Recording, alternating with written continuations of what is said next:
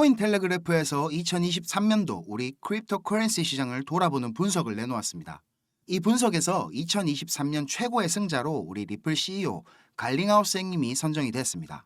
SEC와의 길고 긴 3년간의 법정 다툼에서 부분적인 승리를 거뒀다는 게 제일 큰 이유입니다. 이 승리는 사실상 암호화폐업계 전반의 승리라고 평가를 받습니다. 미국 정부와 SEC의 집행에 의한 규제, 이게 암호화폐와 증권상품에 대해 명확성을 부여하는 데 있어서 그 한계를 드러냈다는 겁니다.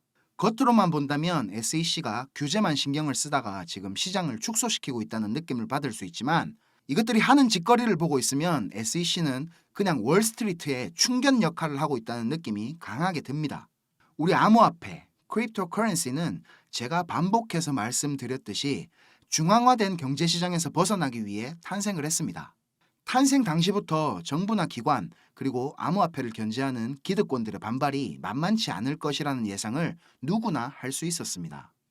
지금은 미래 경제시장으로 가는 과도기적인 단계일 뿐입니다. 우리 암호화폐가 진짜 가치를 인정받고 제자리를 찾아갈 때 그제서야 불을 찾아 뛰어드는 사람들에게 우리는 부러움과 동경의 대상이 되어 있을 겁니다.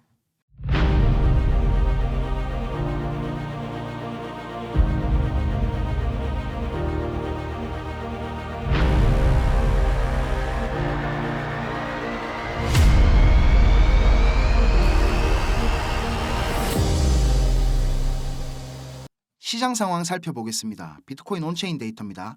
거래소 보유량 다시 떨어졌고 채굴자들의 매도량도 확 줄었습니다. 어제 비트코인이 7%가 넘게 오르길래 우리 기술 지표들이 과열돼서 조정으로 이어지면 어떡하나 걱정을 했는데, 다행히 조금 내리다가 44,700달러 구간 지지를 잘 해주면서 다시 요게 식은 모습입니다. 투자자들의 미실현 수익은 여전히 상당히 높은 수준입니다. 공포 탐욕 지수는 70포인트 기록하고 있습니다. 정말 지겹도록 탐욕 단계 계속 유지하고 있습니다. 형님들, 좋아요, 구독, 알림 설정 이거 안 하셨으면 꼭 좀 부탁드리겠습니다.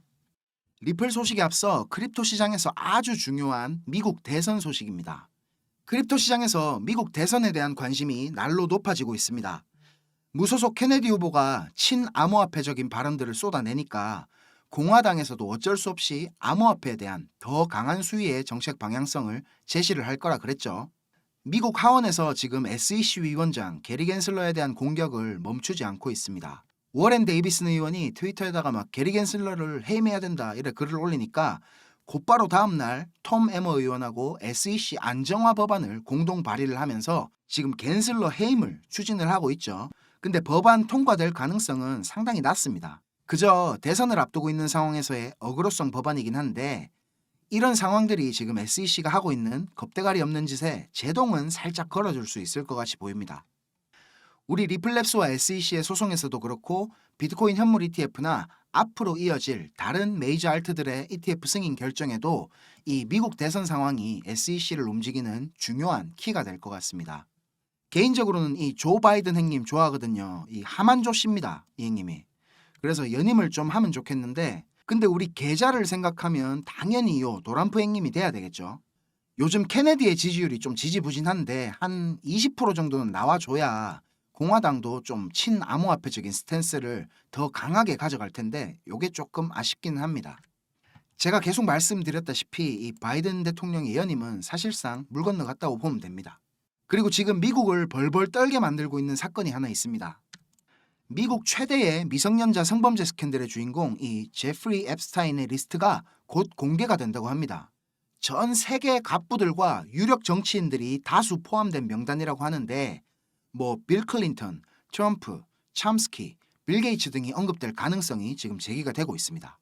이 앱스타인이 재판을 받을 때 익명으로 사람 이름을 처리하면서 존 더라는 이름을 썼었거든요.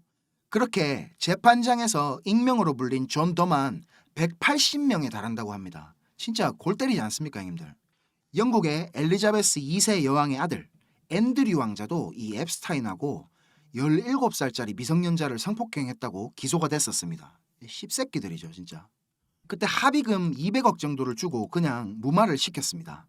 이 명단 발표가 미국 대선 판도에 어떤 영향을 가져올지 우리 좀 긴장하고 요거는 지켜봐야 되겠습니다. 우리 리플 지금 보름째 지루한 박스권에 요래 머물고 있습니다.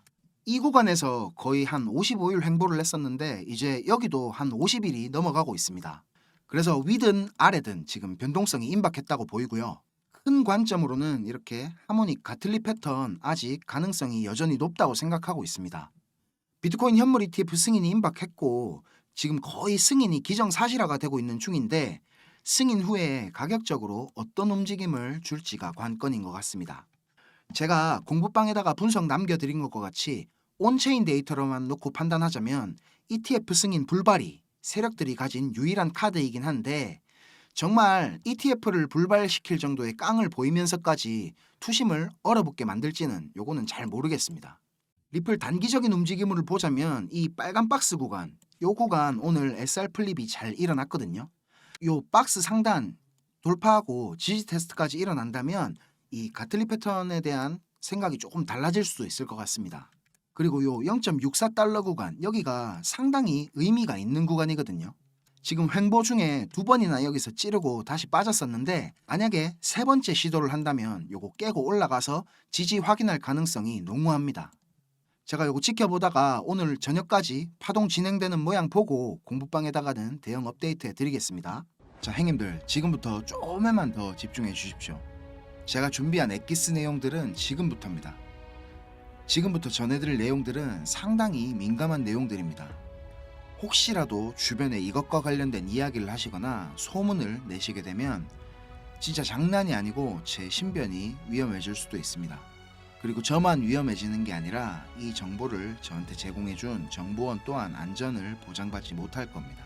농담이 아니고 진짜로 쥐도 새도 모르게 어디 끌려갈 수도 있습니다. 저한테 가끔씩 가슴 아픈 사연을 적어서 문자 보내주시는 행님들도 계시고 그런 얘기를 들으면서 저도 제가 예전에 겪었던 힘든 시간들이 막 생각이 나고 그래서 제가 행님들한테 어떤 부분을 도와드릴 수 있을까 고민을 하다가 이렇게 위험을 무릅쓰고 용기를 한번 내봅니다. 진짜 행님들한테 수익 내드리고 싶고 행님들 한 분 한 분 처한 상황을 조금이나마 제가 개선해 드릴 수 있으면 좋겠다는 진심 하나만 가지고 진행을 하는 일이니까 제가 드리는 부탁 요거 하나만큼은 꼭 지켜주셨으면 좋겠습니다. 그리고 좋아요, 구독, 알림 설정 요거는 꼭 좀 부탁드립니다. 그리고 제 영상 보시는 행님들 대부분은 저랑 마찬가지로 지금 리플 비중이 제일 크실 겁니다. 그죠? 제가 자주 설명드려서 이제 잘 아시겠지만 리플 차트는 진짜 이제 수렴 막바지로 접어들고 있습니다. 이렇게 2017년도와 마찬가지로 엄청난 슈팅이 나올 것으로 기대를 하고 있는데 이게 지금 주봉이라서 수렴 상단 추세선까지 테스트를 하러 올라가려면 빨라도 한 3월에서 4월은 돼야지 정확한 방향성이 나올 것 같습니다. 그리고 그 시점이면 SEC와의 벌금 합의에 관한 의견서도 제출되는 시점이기도 하죠. 여러 가지 근거들이 한 가지 시점을 향해서 모인다는 게 신뢰도가 지금 상당히 높아지고 있다는 느낌이 듭니다. 그런데 저한테 개인적으로 고민 털어놓으신 행님들이 대부분 다 시간에 쫓기고 계시고 단기간의 수익이 꼭 필요한 상황에 계시기 때문에 우리 리플 하나만 보고 버티시기에는 지금 너무 힘든 상태라는 겁니다. 저랑 좀 오래 하신 행님들은 다 아시겠지만 저는 2021년도 말에 비트코인이 6만 달러를 넘기고 온갖 매체들에서 뉴스를 쏟아내던 불장의 끄트머리에 코인판에 입문을 했습니다. 이렇게 1년이 넘는 시간 동안 하락장을 온몸으로 느끼고 견디는 도중에 이자 그거 좀 받으려고 많은 코인들을 예치해둔 셀시우스가 파산을 해버리고 다들 잘 아시는 루나 사태로 앵커 프로토콜에 있던 제 돈들도 문제가 생기는 바람에 시드가 그때 작살이 났습니다. 거기다가 얼마 뒤에 주 거래소로 쓰던 FTX까지 파산을 하면서 제가 완전히 회복이 불가능한 상태를 한번 겪었습니다. 또 이거 갑자기 생각하니까 막 눈물이 날락하네요. 아무튼 그때 제가 엄청 간절하기도 했고 운이 좋게도 정말 감사하게 은인을 만나서 하루하루가 지옥 같았던 상황에서 지금 이렇게 먹고 사는 걱정은 안 할 수 있는 정도까지 제가 성장할 수 있었습니다. 공부방에서나 개인적으로 저한테 연락 주셔서 하시는 얘기들 들어드리면서 예전에 제 모습이 계속 떠오르고 마음이 너무 아팠습니다.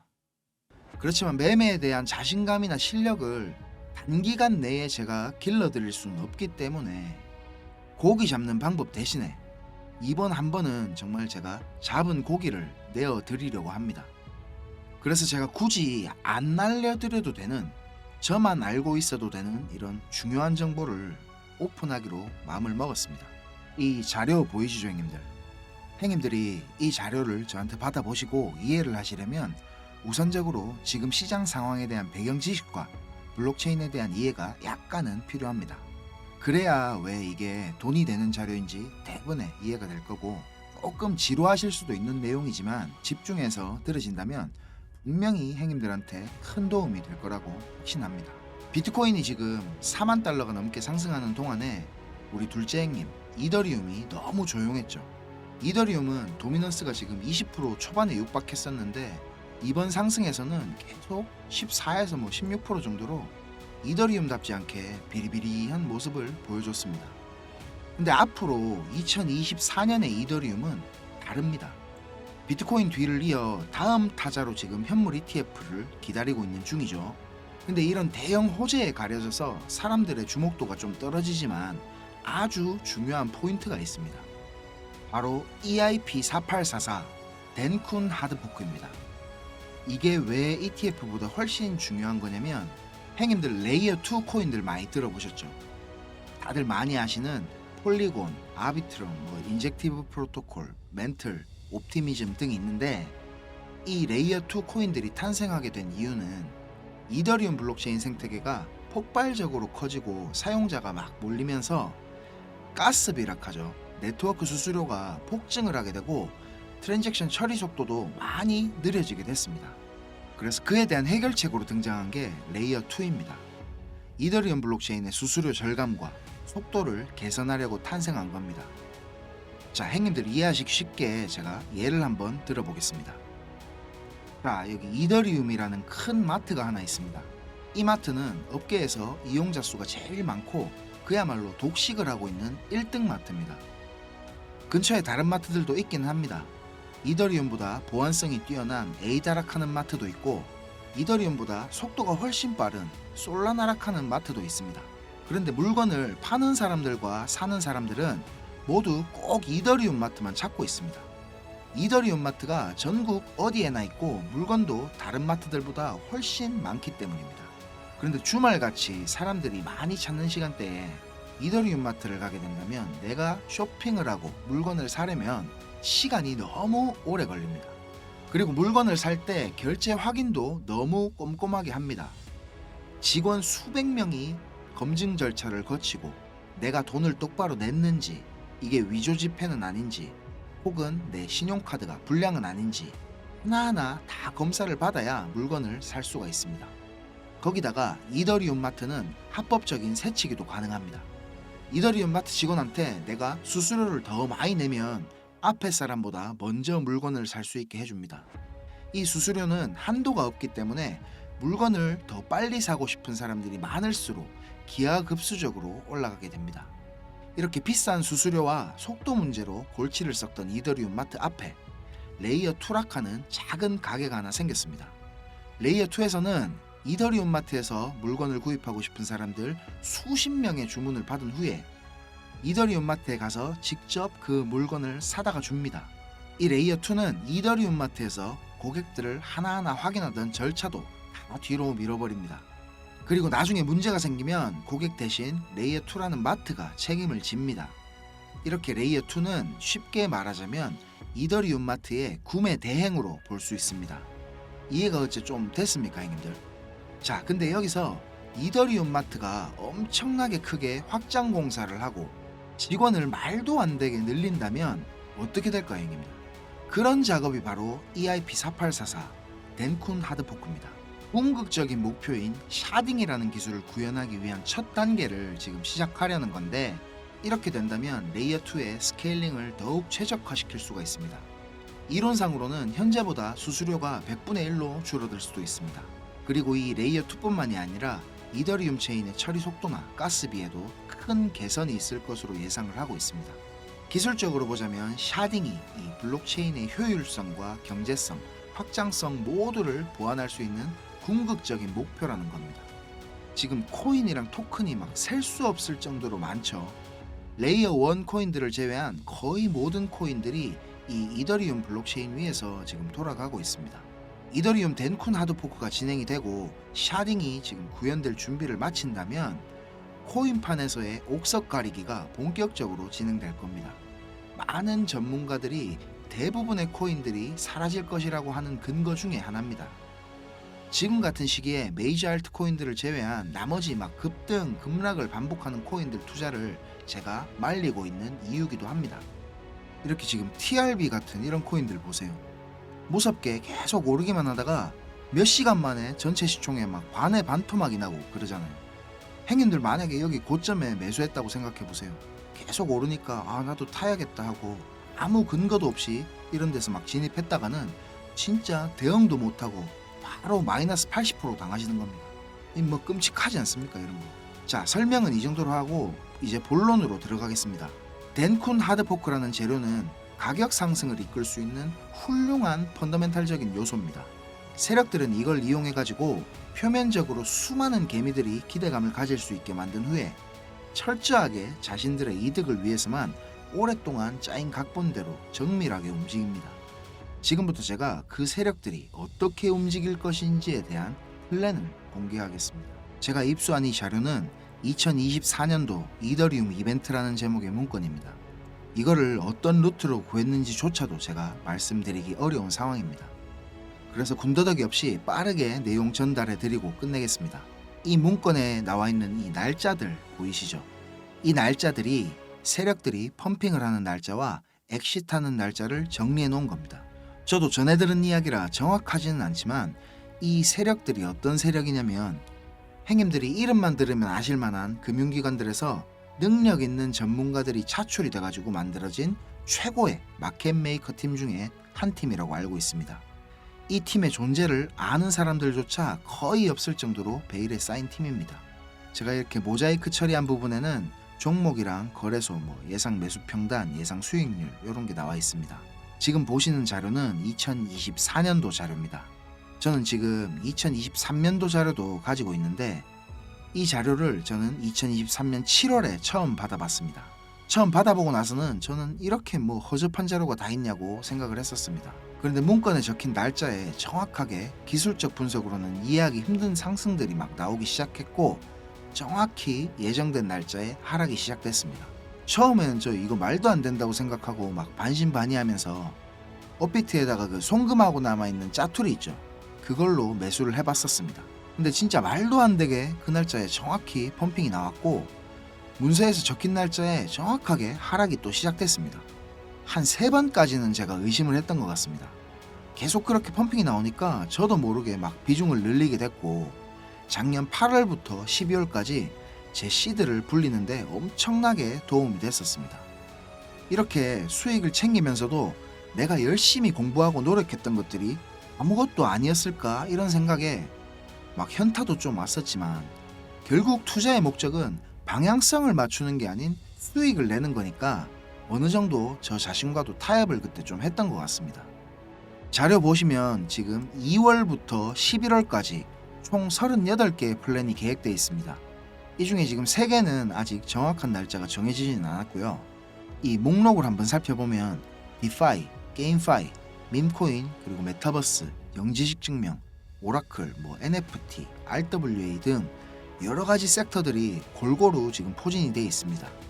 그리고 섹터별로 시총이 큰 코인들이 의외로 많이 들어가 있어가지고 이거 돈이 얼마나 많아야 이 정도 시총의 코인들을 저거들 마음대로 막 들어 올리나 이런 생각이 들었습니다. 제가 이 자료를 공개하기까지 고민이 정말 많았습니다, 형님들. 오늘 제가 정말 위험을 무릅쓰고 이 자료를 공개하는 만큼 구독, 좋아요, 알림 설정 이거는 진짜 꼭 좀 부탁드리겠습니다. 자, 이 자료 필요하신 형님들은 위에 보이는 제 전화번호 있죠. 010-5528-2156 010-5528-2156 여기로 이더리움 이렇게 적어서 문자 주시면 제가 빠짐없이 보내드리도록 하겠습니다. 그리고 이 자료 못 믿겠다 하시는 형님들은 그냥 지나치셔도 좋습니다. 근데 진짜 수익이 좀 간절하고 꼭 필요하신 형님들은 저한테 꼭 연락 주셔가지고 좋은 인연이 되었으면 좋겠습니다. 저도 돈이 없어 본 놈이라 정말로 잘 압니다. 돈이 어느 정도는 있어야 사람이 시야도 좀 넓어지고 마음도 편해져서 다른 일들도 다 잘 되는 거거든요. 제가 드리는 이 자료가 도움이 좀 돼서 2024년도에는 돈 때문에 힘들어 하시는 행님들이 좀 없었으면 하고요. 그리고 제 번호로 연락 주시면 편하게 이렇게 고민도 들어드리고 어느 정도 코칭도 제가 해드리니까 편하게 생각하시고 연락 주세요. 그리고 제가 전화 안 받을 때는 문자 남겨주시면 제가 시간 될 때 연락드리겠습니다. 비록 우리가 유튜브라는 이런 공간에서 얼굴도 서로 모르고 만나는 거지만 진심은 언제나 통하는 법이라고 생각을 합니다. 자, 오늘도 긴 영상 시청하시느라 고생 많으셨고 다음 영상에서는 더 좋은 정보와 분석으로 제가 찾아뵙겠습니다. 감사합니다.